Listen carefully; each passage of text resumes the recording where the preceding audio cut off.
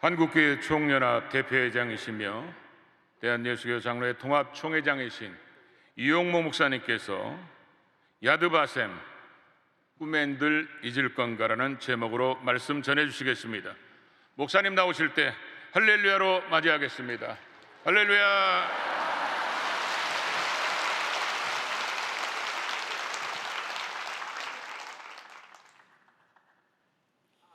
메이저리그 초기부터 7회만 되면 유독 점수가 많이 나온답니다. 1885년 그러고 보니 언더우드 아펜셀러가 이 땅을 찾아온 그 해였네요. 9월 30일 시카고 화이트삭스 팀이 7회 공격을 시작했습니다. 선수가 친 공이 공중으로 높이 날아올라 당연히 플라이볼이 되어야 되는데 마침 강풍이 불어 홈런이 되고 역전승을 하게 됩니다. 이때부터 럭키 세븐이라고 하는 말이 등장하게 되었습니다. 1885년 그날은 과연 대한민국 이 나라 럭키 세븐 기독교 선교가 시작된 해입니다. 금년은 조국 광복 77주년이 되는 해입니다. 럭키 세븐이 둘이나 겹쳤건만은 금년은 그 어느 때보다도 정치, 경제, 사회, 문화, 군사, 안보 위기 아닌 것이 없는 전방위적인 위기와 함께 광복절 예배를 드리게 됩니다. 20세기 중엽 모진 고난을 겪은 두 민족이 있습니다. 우리 한국인과 유대인입니다. 동쪽에서는 일본 제국주의에 의하여 한국인이, 서쪽에서는 독일 나치에 의하여 유대인이 모진 고난을 겪어야 했습니다. 1941년 일본 제국주의는 세계 패권의 야심을 드러내며 그들이 대동아 전쟁이라 부르는 소위 태평양 전쟁을 일으킵니다. 이 무렵 일제의 핍박과 전쟁으로 인하여 죽은 우리 국민이 500만 명, 통계에 잡히지 않은 가련한 우리 동포를 합치면 800만 명이 훌쩍 넘었습니다. 그것도 모자라서 1945년 8월 17일 우리 민족 지도자 그리고 교회 지도자들을 모조리 죽일 계획을 세우고 있었습니다. 그러나 1945년 8월 15일 해방을 얻게 됩니다. 만약 이틀만 더 늦었으면 어찌 되었을까요? 하나님의 계획과 승리는 신묘막측하기만 합니다. 하나님께서는 이 백성을 당신의 백성 삼으셔서 마지막 때 전 세계를 구원하는 제사장 국가, 제사장 민족을 삼으시기 위하여 우리를 해방의 선물로 인도하셨던 것입니다. 지구 저 건너편 독일에서는 1939년부터 45년까지 600만 유대인의 비극적인 대학살이 있었습니다. 이 비극적 대학살을 기억하기 위해 유대인들은 예루살렘의 건축가 모세 샤디퍼가 설계한 대학살 기념관을 지었습니다. 예루살렘 외에도 미국 백악관 건너편 기념관을 비롯하여 미국 전역에 7개, 유럽에도 파리, 베를린 등 기념관을 세웁니다. 이 대학살 기념관의 이름은 야드바셈 홀로코스트 박물관입니다. 야드바셈, 이 말은 기억하라는 뜻입니다. 기념관 입구에는 이런 글귀가 새겨져 있다고 합니다. 용서하라, 그러나 잊지는 마라. 용서하라, 그러나 잊지는 마라. 역사의 교훈이 있습니다. 역사를 잊은 민족에겐 희망이 없다. 우리는 과거를 용서하고 미래로 나아가야 합니다. 그러나 그날의 아픔을 똑똑히 기억해야 합니다. 흙 다시 만져보자, 바닷물도 춤을 춘다. 해방의 기쁨을 노래한 광복절 노래를 여러분 기억하시지요? 2절 가사는 이렇게 되어져 있습니다. 꿈엔들 잊을 건가, 지난 날을 잊을 건가. 그래서 오늘 조국 광복 77주년을 기념하는 오늘의 말씀의 제목이 야드바셈 꿈엔들 잊을 건가입니다. 그날의 기쁨 잊지 말아야 합니다. 36년 우리의 선조들이 겪게 했던 그 모진 고난 잊지 말아야 합니다. 힘없는 이 백성 하나님이 사랑하셔서 해방의 기쁨을 주신 선물이라는 사실 잊지 말아야 합니다. 그 누가 뭐라고 할지라도 오늘도 여전히 역사의 주인은 하나님이란 사실을 잊지 말아야 합니다. 하나님이 주신 해방의 선물을 받아서 어떻게 살아야 되는지, 그 해방의 역사적인 의미 똑똑히 기억해야 합니다.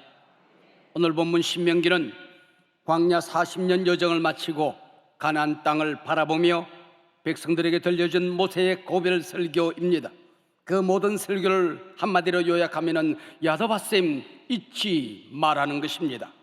애굽에서 해방된 것, 너희가 잘나서 너희들의 힘이 있어서 된 것 아님을 기억하라. 잊지 마라. 광야 40년 왜 고생을 했는지, 그 고생하는 동안에 하나님이 똑똑히 역사하셨고 은혜를 베푸셨다는 사실을 기억하라는 것입니다. 야다바셈, 훗날 가나안 땅에 들어가 살게 될 때에 너희들의 힘과 능력으로 이루어진 것이 아님을 기억하라. 야다바셈, 제발 하나님의 은혜, 너희 민족을 사랑한 하나님, 살아계신 역사의 주인과 하나님이 너희를 왜 구원하였는지 잊지 마라 하는 것이 모세의 유언적인 설교입니다. 광복절, 빛을 되찾은 날이라고 하는 뜻입니다. 1910년 8월 29일 우리는 나라를 빼앗기고 일제 식민 통치 아래로 들어갑니다. 35년에서 14일이 모자라는 11,260하루 치욕의 시간을 보내고 1945년 8월 15일 일본이 연합군에게 무조건 항복함으로 일본에게 빼앗겼던 국권을 되찾게 됩니다. 일사능약으로 나라를 빼앗기던 그날 황성신문 장지연 주필은 통곡합니다. 시랴 방성 대국이라. 오늘의 말로 모든 국민이 빼앗긴 나라를 새로하며 목 놓아 울어야 한다는 것입니다. 36년 우리는 울고 또 울었습니다. 이게 꿈인가 생시인가? 아파서 울고 새로워서 울던 우리는 해방의 기쁨을 얻었습니다. 100% 하나님의 은혜입니다. 하나님의 능력입니다. 이 백성을 사랑했던 하나님의 전폭적인 사랑이었습니다. 77년 전 그날 아침 산천이 일어나 춤을 추고 온 백성은 과연 꿈꾸는 것만 같았습니다. 조만식 선생의 친구요, 민족 지도자였던 오윤선 장로의 아들 작가 오영진 씨의 글 중에 이런 글귀가 나옵니다. 나는 완전히 정신분열증에 걸린 것 같다. 두 손이 떨려 조선 독립 만세를 부를 수도 없었다. 사랑에서 안방으로, 안방에서 사랑으로 의미 없이 들락날락하며 혼잣말로 중얼거리는 것이다. 기쁜 날이 왔다. 기쁜 날이. 너도 나도 다 같이 기뻐해야 한다. 만나는 사람마다 붙잡고 악수하자. 나는 희죽희죽 웃었고 만나는 사람마다 끌어안다시피 악수했다. 평양시에서 멀리 떨어진 곳에서부터 만세 소리가 들려오기 시작하더니 점점 도시로 파급되어 왔다. 온 도시가 만세 소리로 뒤덮이기 시작했다. 그날 밤이 지난 새벽 평양 신사가 불에 탔다. 일본 제국주의의 심장이요, 한국교회 박해의 심장인 평양 신사가 불에 탔다. 길거리에 쏟아져 나온 사람들은 저마다 만세 만세 만세를 외쳐댔다. 그날의 해방은 정치적 해방을 훌쩍 뛰어넘는 인간 자체의 해방의 날이었습니다. 특별히 일제 신사 참배 강요를 벗어나 종교의 자유를 찾은 해방이었습니다. 이건 분명히 일제의 신도이즘과 싸워 이긴 하나님의 승리, 한국 기독교회의 승리였습니다. 1945년 9월 메가드 포고문에서도 분명히 말합니다. 이날 해방 가운데 가장 큰 자유와 해방은 종교의 자유를 얻은 것이다. 나아가 이날 우리는 잃어버렸던 내 나라, 내 이름, 내 말, 내 역사, 내 문화를 되찾았습니다. 500년 조선이 막을 내리고 대한민국을 훌쩍 뛰어넘어 대한제국을 뛰어넘어 자유민주주의를 국시로 하는 새 나라 대한민국이 탄생되었습니다. 국민이 주인인 나라가 한반도에서 시작되었습니다. 하나님이 보호하사 우리나라 만세. 우리에겐 야드바셈 홀로코스트는 없지만은 애국가의 하나님이 보호하사 우리나라 만세를 똑똑히 새기고 우리는 부르게 되는 것입니다. 세계 어느 국가에 이런 글귀가 있더란 말입니까? 이건 분명 이 민족을 선택한 하나님의 뜻이 여기 있음을 우리는 기억하고 있는 것입니다. 야드바셈, 일제의 잔악상을 잊지 않기 위해 만든 영화 한 편이 있습니다. 몇 년 전 상영된 동주입니다. 금년은 해방 77주년 그리고 윤동주 서거 77주년이 되는 해이기도 합니다. 이 영화는 우리가 교과서에서 서시로 만났던 시인 윤동주의 삶과 고뇌, 그의 애국샘을 그린 영화입니다. 동주 영화를 보고 나온 한 평론가는 이렇게 평합니다. 잊지 말아야 한다. 지금 우리가 아무리 편안한 나날을 보내도 그 비극의 세월 암흑기, 우리가 누리는 이 평화를 꿈꾸며 싸웠던, 그리고 죽어간 그 시대 그 영웅들 역사를 잊지 말아야 된다. 잊어서는 아니 된다. 꾸면들 잊을 건가, 지난 날을 잊을 건가. 일본 경찰은 윤동주가 뇌일로 사망했다고 발표합니다. 그러나 윤동주는 생체 실험 대상이 되어 의문의 주사를 맞고 죽은 겁니다. 영화 속에서 송몽규는 이 사실을 똑똑히 증언하고 있습니다. 몇 년 전 제가 일본을 여행하던 중 마침 그날 후쿠오카를 지나고 있었습니다. 공교롭게도 2월 16일 윤동주가 감옥에서 죽음을 맞이한 날이었습니다. 여행 일정을 중단하고 감옥을 찾아보고 싶었습니다. 어렵사리 옛 감옥터를 찾아갔지만은 이미 감옥은 사라지고 다른 건물들이 버젓이 들어서 있었습니다. 누군가 한국에서 그날을 기억하기 위해 그 감옥에 찾아와서 한국 젊은이가 윤동주의 죽음을 기억하며 다녀갑니다라는 글귀와 함께 담장에 꽃 한 송이를 꽂아 두었습니다. 그 앞에 손잡고 기도하고 제가 그곳에서 사진 한 장을 남겼습니다. 일제치하의 시인 시문은 독립이 오면 내 가죽을 벗겨 북을 만들고 축하 행렬 앞장서리라고 노래했습니다. 조국 해방 77주년, 오늘 이 땅의 그리스도인들이 조국을 사랑하는 마음이 새롭게 일어나기를 원합니다. 그 옛날 선진들이 울었던 눈물이 되살아나기를 원합니다. 주기철 목사님의 순교 설교 일사가고에 보면 이런 설교가 나옵니다. 신사참배로 무너져가는 평양성을 향해 평양아 평양아 예의 동방의 내 예루살렘아 영광이 내게서 떠났도다. 모란봉아 통곡하라 대동강아 천백세대 흘러가며 나와 함께 울자구나. 한국교회가 신사참배로 강도의 소굴처럼 되어져 때에 주기철 목사님의 오 평양아 모란봉아 통곡하자던 순교자의 눈물 흘린 외침대로 우리 민족 울고 또 울었습니다. 지금 다시 그 눈물이 되살아나 울어야 할 때입니다. 77년 전 하나님께서 우리에게 해방을 주신 그 하나님의 뜻 잊지 말아야 할 때입니다. 그 모진 일제강점기 수많은 학교를 세워 민족혼을 깨웠습니다. 독립운동의 본거지가 되게 했던 기독교 사학의 건학 이념을 우리는 지키지 못했습니다.